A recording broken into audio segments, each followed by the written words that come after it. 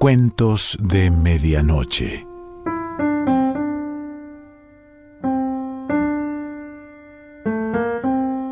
El cuento de hoy se titula Calixto Garmendia y pertenece a Ciro Alegría.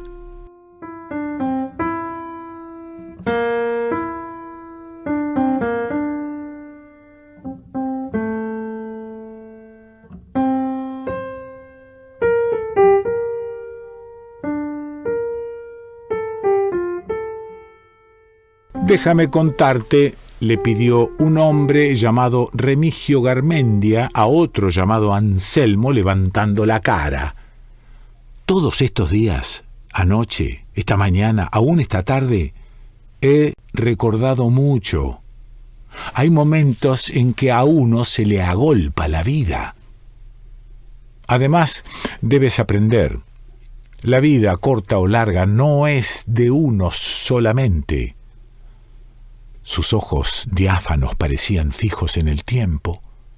La voz se le fraguaba hondo y tenía un rudo timbre de emoción. Blandíanse a ratos las manos encallecidas. Yo nací arriba, en un pueblito de los Andes. Mi padre era carpintero y me mandó a la escuela. Hasta segundo año de primaria era todo lo que había. Y eso que tuve suerte de nacer en el pueblo, porque los niños del campo se quedaban sin escuela. Fuera de su carpintería, mi padre tenía un terrenito al lado del pueblo, pasando la quebrada, y lo cultivaba con la ayuda de algunos indios, a los que pagaba en plata o con obritas de carpintería, que el cabo de una lampa o un hacha, que una mesita, en fin. Desde un extremo del corredor de mi casa veíamos amarillear el trigo, verdear el maíz, azulear las habas en nuestra pequeña tierra. Daba gusto. Con la comida y la carpintería teníamos bastante, considerando nuestra pobreza. A causa de tener algo y también por su carácter, mi padre no agachaba la cabeza ante nadie. Su banco de carpintero estaba en el corredor de la casa, dando a la calle. Pasaba el alcalde. «Buenos días, señor», decía mi padre, y se acabó. Pasaba el subprefecto. «Buenos días, señor», y asunto concluido. Pasaba el alférez de gendarmes. «Buenos días, alférez», y nada más. Pasaba el juez y lo mismo. Así era mi padre con los mandones. Ellos hubieran querido que les tuviera miedo o les pidiese o les debiera algo. Se acostumbran a todo eso los que mandan. Mi padre les disgustaba y no acababa ahí la cosa. De repente venía gente del pueblo, ya sean indios, cholos o blancos pobres, de a 10, de a 20 o también en pobladas llegaban. «Don Calixto, encabécenos para hacer ese reclamo». Mi padre se llamaba Calixto. Oía de lo que se trataba. Si le parecía bien, aceptaba y salía a la cabeza de la gente, que daba vivas y metía harta bulla para hacer el reclamo. Hablaba con buenas palabras. A veces hacía ganar a los reclamadores y otras perdía, pero el pueblo siempre le tenía confianza. Abuso que se cometía, ahí estaba mi padre para reclamar al frente de los perjudicados. Las autoridades, los ricos del pueblo, dueños de haciendas y fundos, le tenían echado el ojo para partirlo en la primera ocasión. Consideraban altanero a mi padre y no los dejaba tranquilos. Él ni se daba cuenta y vivía como si nada pudiera pasar. Había hecho un sillón grande que ponía en el corredor. Ahí solía sentarse por las tardes a conversar con los amigos. «Lo que necesitamos es justicia», decía. «El día que el Perú tenga justicia, será grande». No dudaba de que la habría y se torcía los mostachos con satisfacción predicando: «No debemos consentir abusos». Sucedió que vino una epidemia de tifo y el panteón se llenó con los muertos del propio pueblo y los que traían del campo. Entonces las autoridades echaron mano de nuestro terrenito para panteón. Mi padre protestó diciendo que tomaran tierra de los ricos cuyas haciendas llegaban hasta la propia salida del pueblo. Dieron el pretexto de que el terreno de mi padre estaba ya cercado. Pusieron gendarmes y comenzó el entierro de muertos. Quedaron a darle una indemnización de 700 soles, que era algo en esos años, pero qué autorización, qué requisitos, qué papeleo, que no hay plata en este momento. Se la estaban cobrando a mi padre, para ejemplo de reclamadores. Un día, después de discutir con el alcalde, mi viejo se puso a afilar una cuchilla y, para ir a lo seguro, también un formón. Mi madre algo le vería en la cara y se le prendió del cogote y le lloró diciéndole que nada sacaba con ir a la cárcel y dejarnos a nosotros más desamparados. Mi padre se contuvo, como quebrándose. Yo era niño entonces, y me acuerdo de todo eso como si hubiera pasado esta tarde. Mi padre no era hombre que renunciara a su derecho. Comenzó a escribir cartas exponiendo la injusticia. Quería conseguir que al menos le pagaran. Un escribano le hacía las cartas y le cobraba 2 soles por cada una. Mi pobre escritura no valía para eso. El escribano ponía al final: a ruego Calixto Garmendia, que no sabe firmar, fulano. El caso fue que mi padre despachó 2 o 3 cartas al diputado de la provincia. Silencio. Otras al senador por el departamento. Silencio. Otras al mismo presidente de la República. Silencio. Por último, mandó cartas a los periódicos de Trujillo y a los de Lima. Nada, señor. El postillón llegaba al pueblo una vez por semana jalando una mula cargada con la valija del correo. Pasaba por la puerta de la casa y mi padre se iba detrás y esperaba en la oficina del despacho hasta que clasificaban la correspondencia. A veces yo también iba. ¿Carta para Calixto Garmendia?, preguntaba mi padre. El interventor, que era un viejo flaco y bonachón, tomaba las cartas que estaban en la casilla de las G, las iba viendo y al final decía: nada, amigo. Mi padre salía comentando que la próxima vez habría carta. Con los años, afirmaba que al menos los periódicos responderían. Un estudiante me ha dicho que, por lo regular, los periódicos creen que asuntos como estos carecen de interés general. Esto en el caso de que los mismos no estén a favor del gobierno y sus autoridades y callen cuando pueda perjudicarles. Mi padre tardó en desengañarse de reclamar lejos y estar yéndose por las alturas varios años. Un día, a la desesperada, fue a sembrar la parte del panteón que aún no tenía cadáveres, para afirmar su propiedad. Lo tomaron preso los gendarmes, mandados por el subprefecto en persona, y estuvo 2 días en la cárcel. Los trámites estaban ultimados y el terreno era de propiedad municipal legalmente.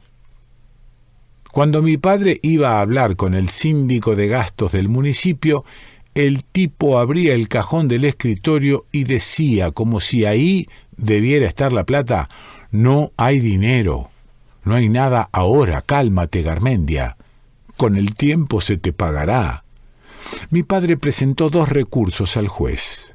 Le costaron 10 soles cada uno. El juez los declaró sin lugar. Mi padre ya no pensaba en afilar la cuchilla y el formón. «Es triste tener que hablar así», dijo una vez, «pero no me darían tiempo de matar a todos los que debía». El dinerito que mi madre había ahorrado y estaba en una ollita escondida en el terrado de la casa se fue en cartas y en papeleo. A los 6 o 7 años del despojo, mi padre se cansó hasta de cobrar. Envejeció mucho en aquellos tiempos. Lo que más le dolía era el atropello. Alguna vez pensó en irse a Trujillo o Lima a reclamar, pero no tenía dinero para eso. Y cayó también en cuenta de que viéndolo pobre y solo, sin influencias ni nada, no le harían caso. ¿De quién y cómo valerse? El terrenito seguía de panteón recibiendo muertos. Mi padre no quería ni verlo, pero cuando por casualidad llegaba a mirarlo decía: «Algo mío han enterrado ahí también. Crea usted en la justicia». Siempre se había ocupado de que le hicieran justicia a los demás y al final no la había podido obtener ni para él mismo. Otras veces se quejaba de carecer de instrucción y siempre despotricaba contra los tiranos, gamonales, tagarotes y mandones. Yo fui creciendo en medio de esa lucha. A mi padre no le quedó otra cosa que su modesta carpintería. Apenas tuve fuerzas, me puse a ayudarlo en el trabajo. Era muy escaso. En ese pueblito sedentario, casas nuevas se levantarían una cada 2 años. Las puertas de las otras duraban. Mesas y sillas casi nadie usaba. Los ricos del pueblo se enterraban en cajón, pero eran pocos y no morían con frecuencia. Los indios enterraban a sus muertos envueltos en mantas sujetas con cordel. Igual que aquí en la costa entierran a cualquier peón de caña, sea indio o no. La verdad era que cuando nos llegaba la noticia de un rico difunto y el encargo de un cajón, mi padre se ponía contento, se alegraba de tener trabajo y también de ver irse al hoyo a uno de pandilla que lo despojó. ¿A qué hombre tratado así no se le daña el corazón? Mi madre creía que no estaba bueno alegrarse debido a la muerte de un cristiano y encomendaba el alma del finado rezando unos cuantos Padre Nuestros y Avemarías. Duro le dábamos al serrucho, al cepillo, a la lija y a la clavada mi padre y yo, que un cajón de muerto debe hacerse luego. Lo hacíamos por lo común de aliso y quedaba blanco. Algunos lo querían así y otros que pintado de color caoba o negro y encima charolado. De todos modos el muerto se iba a podrir lo mismo bajo la tierra, pero aún para eso hay gustos. Una vez hubo un acontecimiento grande en mi casa y en el pueblo. Un forastero abrió una nueva tienda que resultó mejor que las otras 4 que había. Mi viejo y yo trabajamos 2 meses haciendo el mostrador y los andamios para los géneros y abarrotes. Se inauguró con banda de música y la gente hablaba del progreso. En mi casa hubo ropa nueva para todos. Mi padre me dio para que la gastara en lo que quisiera. Así, en lo que quisiera. La mayor cantidad de plata que había visto en mis manos, 2 soles. Con el tiempo, la tienda no hizo otra cosa que mermar el negocio de las otras 4. Nuestra ropa envejeció y todo fue olvidado. Lo único bueno fue que yo gasté los 2 soles en una muchacha llamada Eutimia, así era el nombre, por una noche de amor entre los alisos de la quebrada. Eso me duró. En adelante no me cobró ya nada y si antes me recibió los 2 soles fue de pobre que era. En la carpintería las cosas siguieron como siempre. A veces hacíamos un baúl o una mesita o 3 sillas en un mes. Como siempre es un decir. Mi padre trabajaba a disgusto. Antes lo había visto ya gozarse puliendo y charolando cualquier obrita y le quedaba muy vistosa. Después ya no le importó y como salía del paso con un poco de lija, hasta que por fin llegaba el encargo de otro cajón de muerto, que era el plato fuerte. Cobrábamos generalmente 10 soles. Dale otra vez a alegrarse a mi padre, que solía decir, se fregó otro bandido, 10 soles. A trabajar duro, él y yo, a rezar mi madre y a sentir alivio hasta por las virutas. Pero ahí acababa todo. Eso es vida. Como muchacho que era, me disgustaba que en esa vida estuviera mezclado tanto la muerte. La cosa fue más triste cada vez. En las noches, a eso de las 3 o 4 de la madrugada, mi padre se echaba unas cuantas piedras bastante grandes a los bolsillos, se sacaba los zapatos para no hacer bulla y caminaba medio agazapado hacia la casa del alcalde. Tiraba las piedras rápidamente a diferentes partes del techo rompiendo las tejas. Luego volvía a la carrera y ya dentro de la casa, a oscuras, pues no encendía luz para evitar sospechas, se reía. Su risa parecía a ratos el graznido de un animal. A ratos era tan humana, tan desastrosamente humana, que me daba más pena todavía. Se calmaba unos cuantos días con eso. Por otra parte, en la casa del alcalde solían vigilar. Como había hecho incontables chanchadas, no sabían a quién echarle la culpa de las piedras. Cuando mi padre deducía que se habían cansado de vigilar, volvía a romper tejas. Llegó a ser un experto en la materia. Luego rompió tejas de la casa del juez, del subprefecto, del alférez, de gendarmes, del síndico de gastos.